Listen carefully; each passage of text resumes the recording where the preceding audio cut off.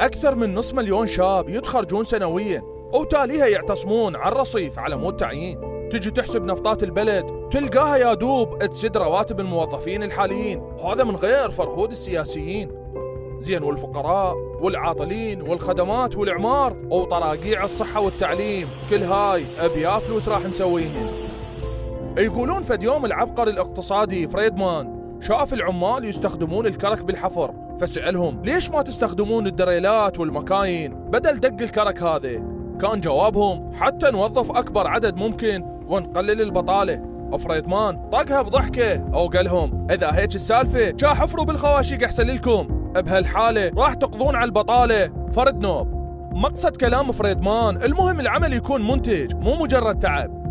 ولا سالفة حكومتنا العبقرية ملايين الوظائف برواتب قليلة أو عمل مكتبي ورقي.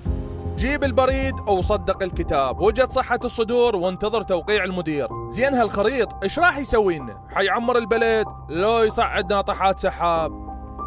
الله وكيلك، كل فايدة ما بيه، مجرد زيادة الروتين أو شلعان القلب بدوائر الدولة.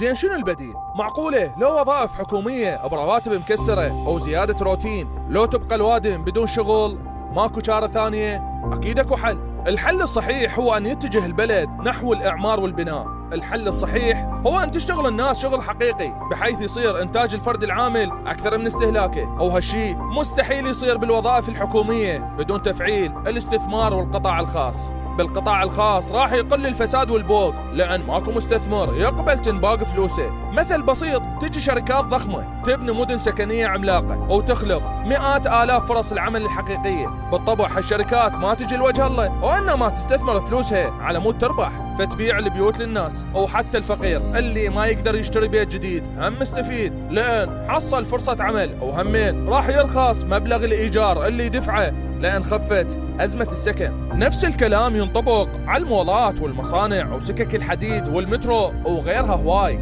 حتى بعض الدول تبني الطرق الجديدة الضخمة بين المحافظات من خلال الاستثمار بدون ما تدفع ولا فلس، بحيث تصير اكو رسوم بسيطة على استخدام الطريق الجديد، وبعد كم سنة يرجع الطريق للدولة ويصير مجاني.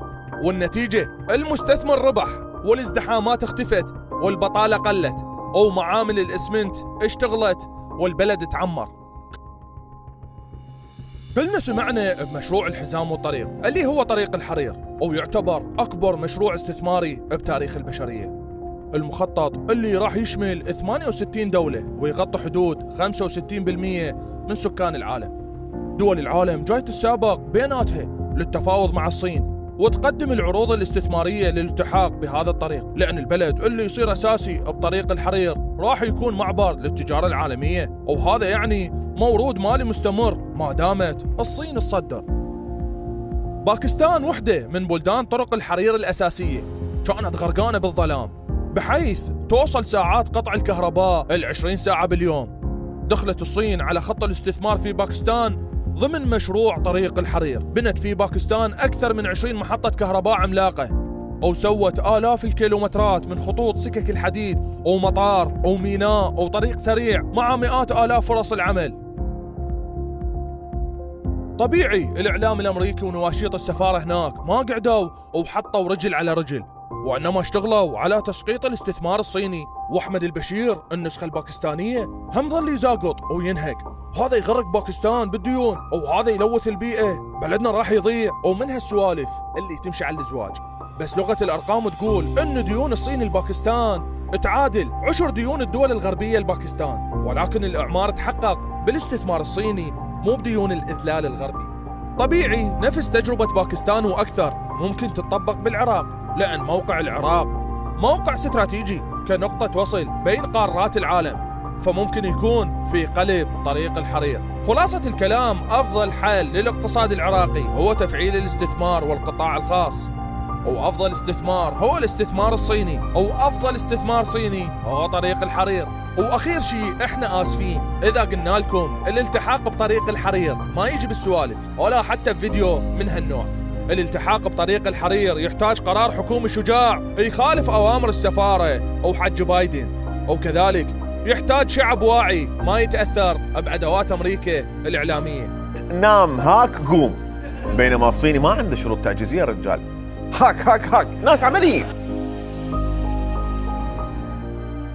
تتوقعون ممكن نلتحق بطريق الحرير؟ لو نبقى على اتفاقية الكشر العظيمة